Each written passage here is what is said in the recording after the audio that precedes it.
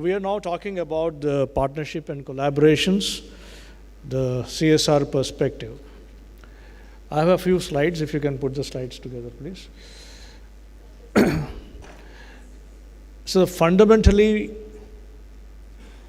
when we are talking about the SDG goals or the CSR,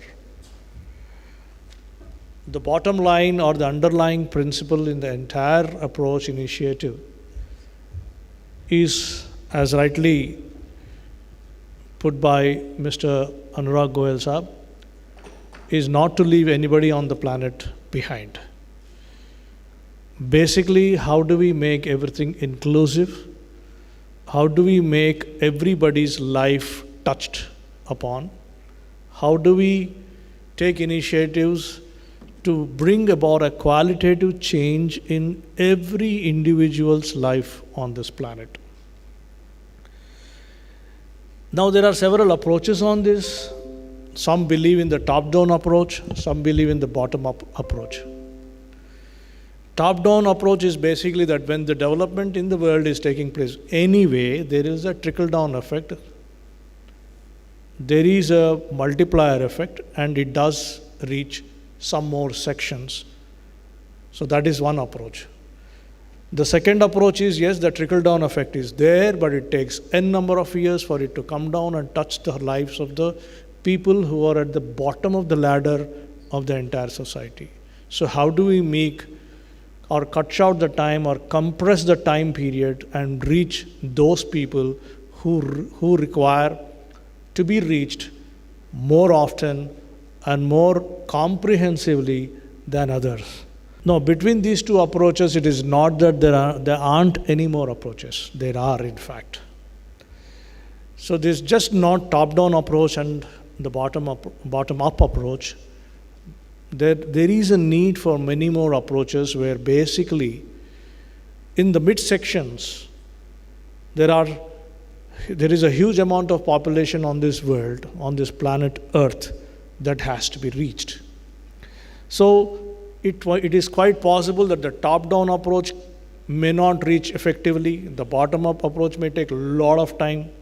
But there are certain issues and concerns which affect the lives of those people who are somewhere in between. So how do you address them?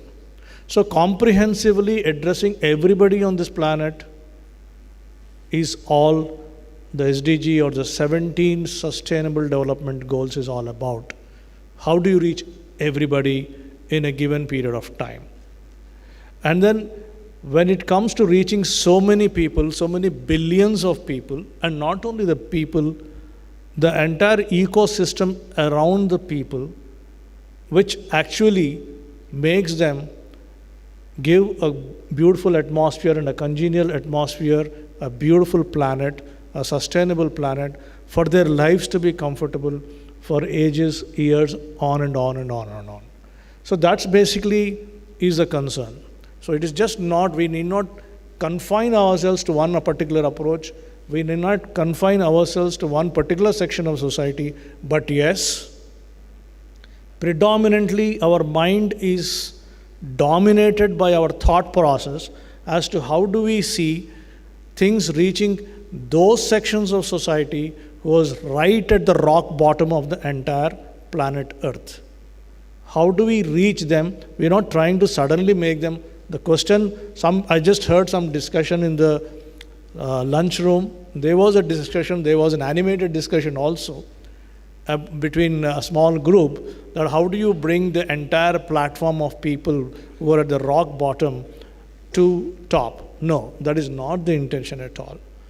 Intention is how do you give the human dignity, how do you give the dignity of life to every human being on this planet? So that is the most important thing. So when I adopted this village, this Erravalli, I had two options. I had a lot of friends who also participated in the brainstorming. So one approach is, many people do it, and it is a very popular approach. They go to a village, identify bright young persons, and then pick up one person and say, yes, this person is very bright and brilliant, has all the capacities, all the characteristics of becoming a good IAS officer. So they concentrate on that kid, do everything possible, maybe give some books, maybe pay some fees, etc., and then allow that person to become an IAS officer, an IPS officer, or somebody big. But then what happens after that?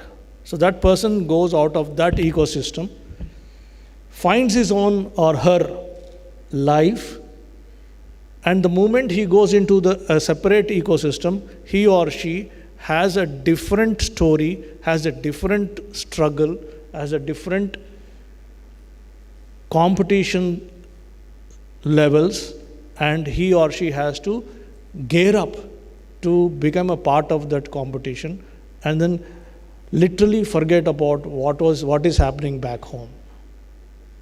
So that is one approach. The second approach is, which I subscribe to, is take the entire village. Maybe there are 100 youngsters. There are a lot of wonderful discussions that took place in the forenoon session about what is youth, what is young people and young persons. And if all these people are taken as one homogeneous structure, and if they are given some inputs, typically in the form of employable skill sets, and if some of them become employed and they are bringing income back home, the income of that family goes up. So where did I get this strength or this idea? When I conducted the baseline survey in village Erravalli, my baseline survey, which was conducted by 12 Infosys software engineers, after we compiled and digitized everything, what we found is the monthly average income of a household in that village is only 3,500 rupees. So now you might suddenly feel, no, how can a family survive in 3,500 rupees? But that is a fact. There are several other things in rural India. What happens is they come as what they call as a disguised unemployment, etc. Some things come into your house as a part of your consumption. But the fact is, in the village which I have adopted, Erravalli, after our baseline survey, the average monthly household income is only 3,500 rupees. This shocked me. This has shocked me, and I said, how do I increase this parameter? So the only way of doing it, mind you, this family is there in that ecosystem from ages, from decades, doing the same thing, same repetitive thing, year after year, decade after decade. So how do we do some kind of an intervention so that at least few families of this village will have their monthly income increased? So then I thought, when I looked at the literacy rate and the enrollment ratio in the schools and the dropout, that has again opened my eyes. The literacy rate in that village is only 49.5%. So therefore I had to concentrate on that, and we could complete doing what I mentioned. I don't want to repeat again. By doing certain interventions, we could increase the enrollment rate to 100% and brought the dropout rate to 0%. Now, having done this, and particularly on the girl child, we have succeeded in getting the 100% enrollment. Now my next challenge is, how do I increase again coming back to that average monthly family or household income? That will happen only if these children are now, some of them are given, or all of them are given, employable skills. And with those employable skills, if they go out to maybe the nearest town or to the city and find employment, and typically the employment in certain of the service sectors gives them about 8,000 to 12,000 rupees per month. Now taking an average of 10,000, so if that child goes and finds an employment, gets an average monthly income of 10,000 rupees, now you add this 10,000 to 3,500, suddenly the family income has become fourfold. or threefold. So that is where I am looking at. Maybe my argument is skewed. There are friends who said, boss, if you do like this, you are going to take away workforce from the agri sector. That is a serious concern somebody had. Somebody said, you are only talking about the service sector because the trades I have chosen is security guard for IT companies, welders, many of them go away to Dubai, nursing staff, paramedics, and soft skills where in the departmental store this girl can become a sales girl. So these kind of 4 or 5 soft skill oriented, service sector oriented skill development is actually getting them immediate employment, getting them a decent salary, and I see that particular family rising a little bit. Now what is the indirect effect of this entire approach? Now suddenly this family, which has now one person of that family has gone to the city or a town, has seen the city atmosphere, the culture in the city is different, the value system in the city is different. More importantly, the aspirations in the city are totally different. Now my question is to my friends, why should we deny this aspiration to those families? Those families also deserve to have the same aspirations like what you and me have. All of us who are sitting here, either your sibling or your child, somebody or the other is in US, either studying or earning dollars. Why is that? Why is that an aspiration for some families? Why should not that be an aspiration to somebody? We have our own relatives working in corporates or IT companies. Why is it an aspiration in our families? Why can't it be an aspiration in some other family? After all, what I'm asking is only education, gender equality, skill development, employable skill development. So when we do these approaches, it is quite possible some of the labor which is lying idle in the agriculture sector for about 8 months, maybe they are productively working for 4 months during the season, not working for the remaining 8 months, find jobs here. So that sort of made sense to me. So therefore, how do we do that? Who will do that? Can an individual do it? Can an industry do it? Can a government do it? Several people, several agencies tried all these things. I'm not trying to do something for the first time. What I'm doing is only an experiment. It is my personal lab. The village I adopted is a personal lab. I want to see what happens in the village. I want to see what actually happens in Bharat. So this is the experimentation I am doing. Several people have done these experimentations. Several corporates have done it. Several governments have done it, but with limited and partial results. Why limited and partial results? Because you are trying to do it in silos. You are trying to do in isolated atmosphere.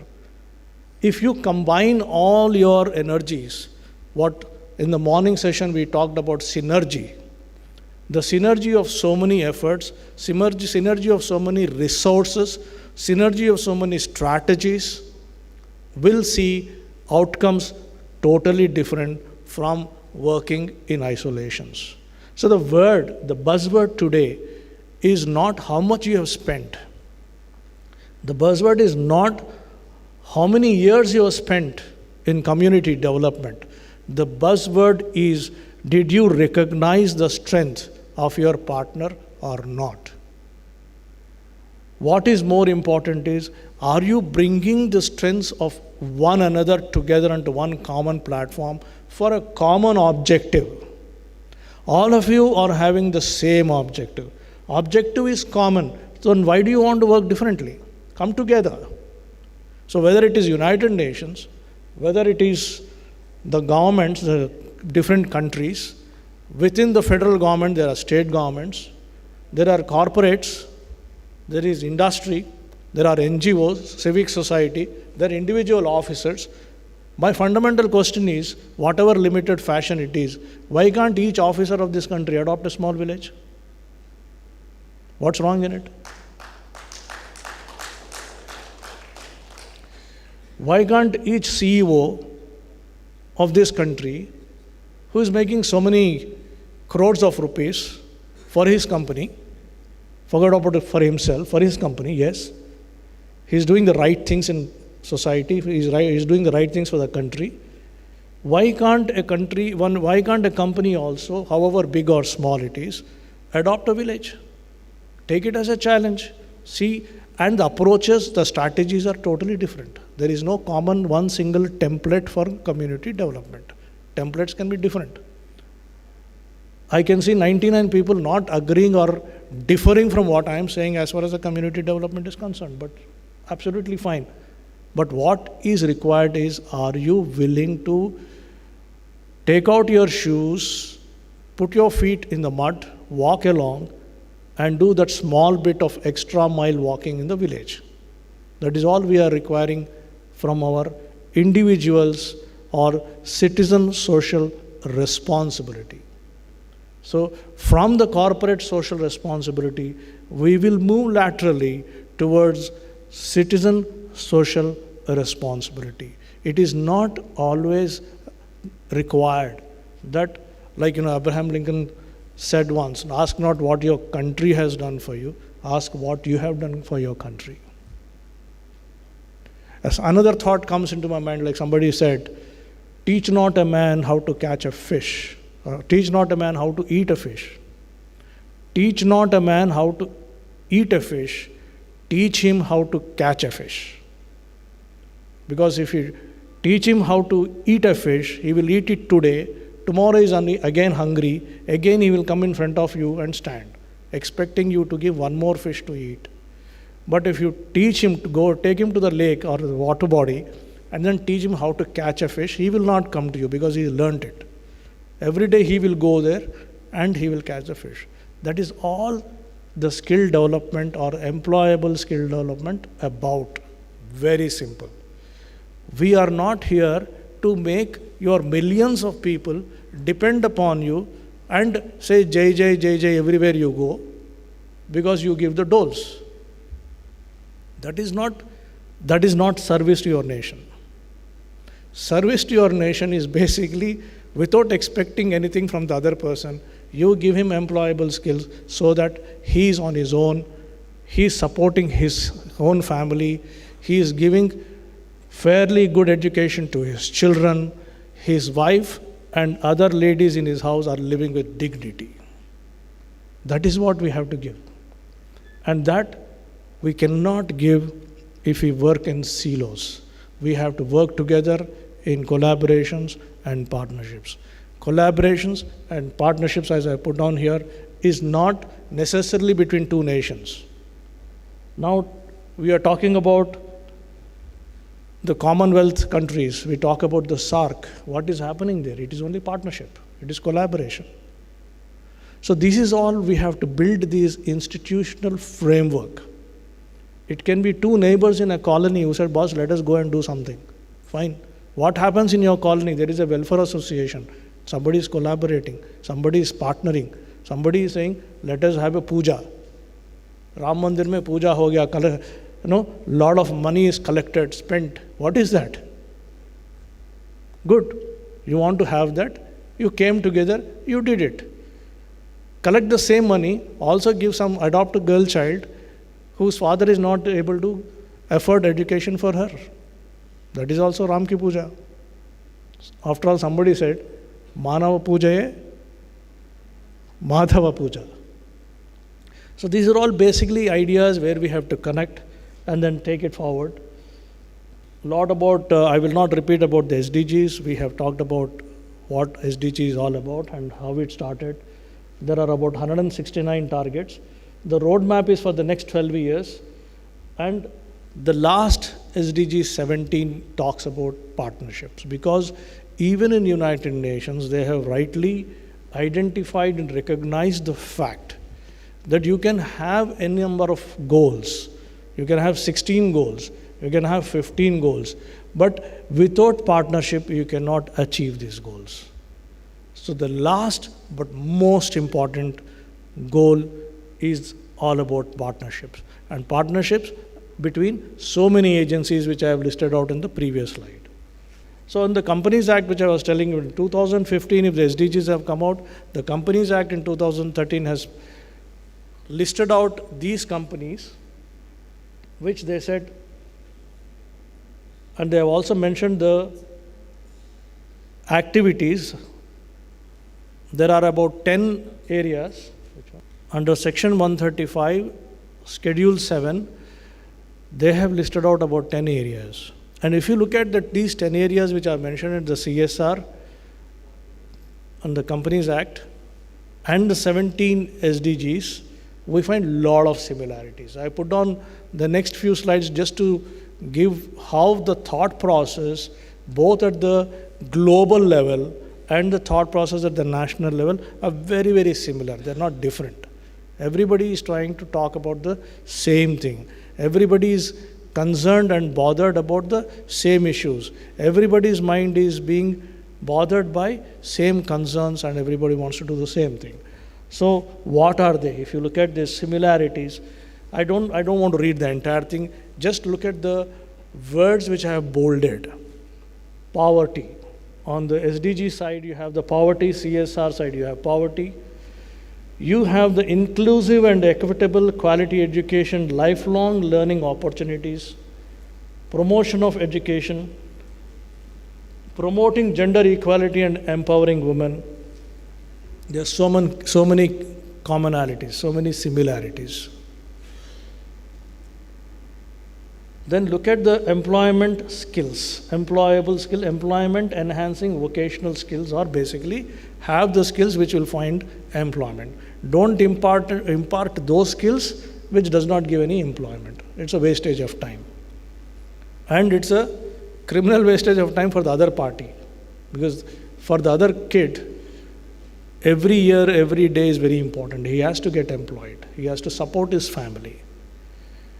And the moment he gets employed, he gives quality education to his children. So basically what happens is you are supporting one generation. That generation, once it is supported properly, takes care of the next generations.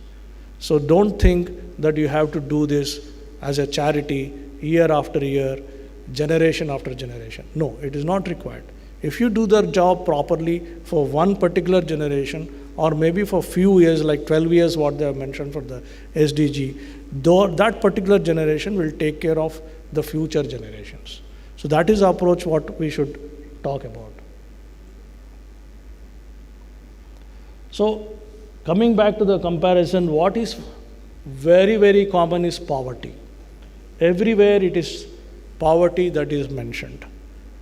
So that means maybe when we are sitting in an air-conditioned hall like this, or maybe we have gone to some good schools, we live in good neighborhood, probably many of us cannot understand what is poverty. Probably many of us cannot understand what is hunger.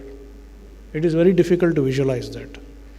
But if the thinkers, the leaders have put that as number one, you should understand what is the scale that is existing on the planet. It is very big, it is humongous, it is very large, it is inhuman, it makes a man lose his dignity. And that is the reason it is priority number one.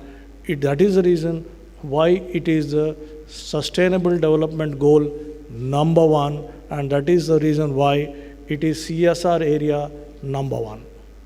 So this poverty and the hunger goes together. You might say, why they have said no poverty and zero hunger? After all, they go together, they almost mean the same. No. There is a lot of thought process into that. India is not the only country which is developing. There are so many underdeveloped countries. So we are talking about planet Earth. We are not talking about our city, our mohalla, or our country. It is the planet Earth. So when you're talking about the planet Earth, suddenly no poverty, zero hunger. How many millions of people are going to bed on planet Earth without a proper food? How many millions of people are going to bed on planet Earth without a dinner? Did we ever think about it? The millions. So that is the reason they are appearing at the top of the ladder. Priorities number 1 and 2. So how do you bridge SDG and CSR? That is what the topic that is given. So if you look at the Sustainable Development Goals, if you go through them, the goals are very clearly defined. The targets are very clearly defined. The measurable impact levels are very clearly defined. So there are certain strengths in the SDGs, not one or two, many of them, which have to be borrowed. They have to be benchmarked, which unfortunately those parameters are not there with the same quality in the CSR. So therefore we have to pick up these things. Instead of reinventing the wheel, we have to pick up the definitions of the goals, we have to pick up the definitions of the targets, we have to pick up the parameters and the tools to measure the impact that is made on the society, measure them, and then do the comparison. So therefore, the CSR has a lot to learn from the SDG, so we have to bridge the two. In fact, we have to see both of them with the same breadth, with the same lens, in the same analysis. So these are all the partnerships I mentioned earlier. So within the India, again in the morning session, I talked about the public-private partnerships. The industry, the corporate, the civic society, academia, and faith-based organizations. This is something which normally we don't think about. Faith-based organizations, particularly in India, are sitting with huge amount of resources. Several times these resources are coupled with emotive factors. So these resources, along with the emotive factors, travel a little bit more than what only resources can do. So if we can combine the faith-based organizations to bring in a little bit of emotion for the community development, not for their own development, along with the resources, we can cover more number of people. So this is a KPMG report for the financial year of 2016-2017.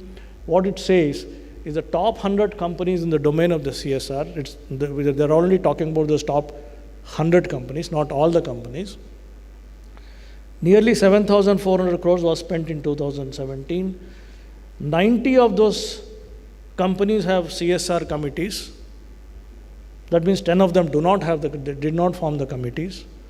72 companies have declared their focus areas. That means the remaining 28 just doing whatever without any focus, just like that they're doing. Then if you look at the 59 companies have actually studied the impact. The remaining did not bother to study the impact. Now, if you look at the top 3 spends, very good. I like this particular bullet. 37% have done on education, 21% on health, 20% on environment. Money nicely spent, particularly on the education. Then if you look at the implementing agencies meaning NGOs, civic society, etc., who are actually in the field for n number of years implementing these kind of programs. In the last 3 years, 13 companies used implementing agencies, 19 and 34 respectively in the last 3 years. So it is rising. What started with 13 has now become 34. So more and more companies are using the civic society in implementing their CSR activities or programs. Now, if you look at the combination of implementing agencies and own foundations means each corporate has its own NGO foundation. So some of the companies would like to do their CSR programs through their own foundations. So that is also happening, but if you look at the combination, that has always remained a constant. Together, it is always been the 55% or ranging between 50 to 60%. So basically what it means is implementing agencies continue to play a very big role in partnership of the CSR programs. Now,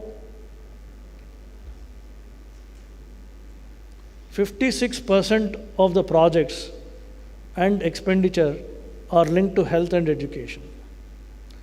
In fact, they are linked to just 5 SDG goals. Then again, with respect to the partnership, over 1,300 projects amounting to about 5,000 crores were spent through a combination of direct, own foundation and partner organization. So this basically summarizes the importance of the civic society and the implementing agencies. They are not playing a small role. They are playing a huge, big, humongous role. Very, very big role, in fact. And if you combine the SDG and the CSR with these stats, you can imagine in future how big the role of the civic society is going to be. So that partnership has to evolve. The social entrepreneurship, what we talked about in the morning, is something which is going to grow in leaps and bounds. Nobody can stop that. That is going to happen.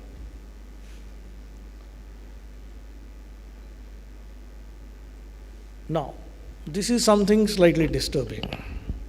Now, here what is happening is, there are 100 backward districts that are identified in this country.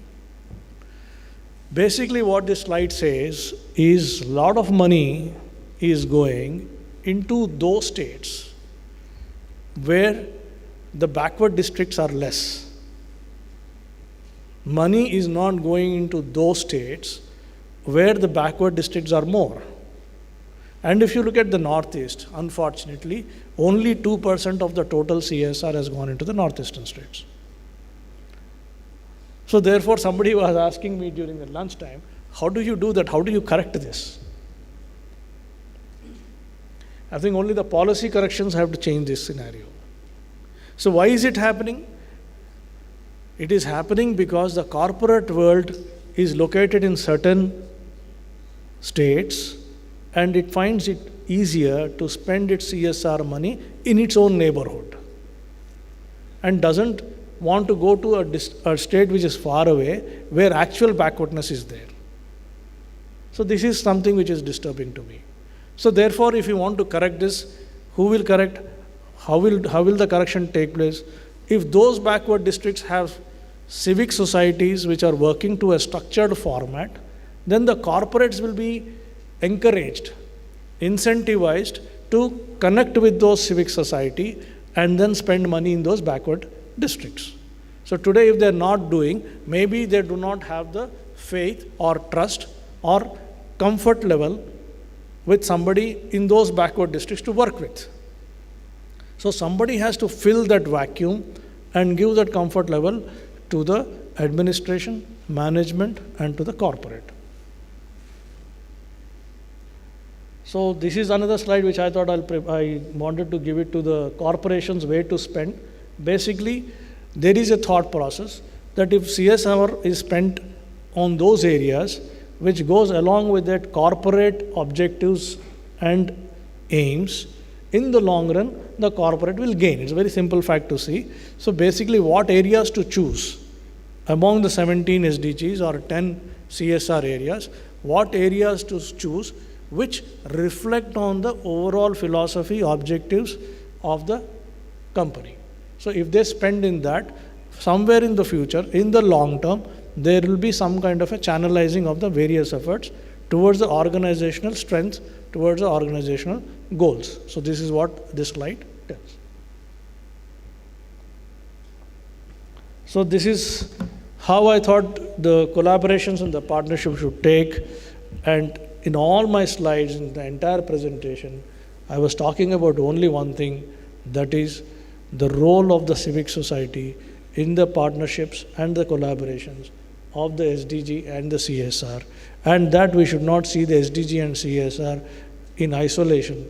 Both of them are talking the same thing, and the partnership should leverage on these definitions and have a situation where you are actually with greater efficiency promoting, contributing many more things in a short period and creating a great impact. So if the impact and the outcomes is not measurable, then it is a wastage of time to get into it.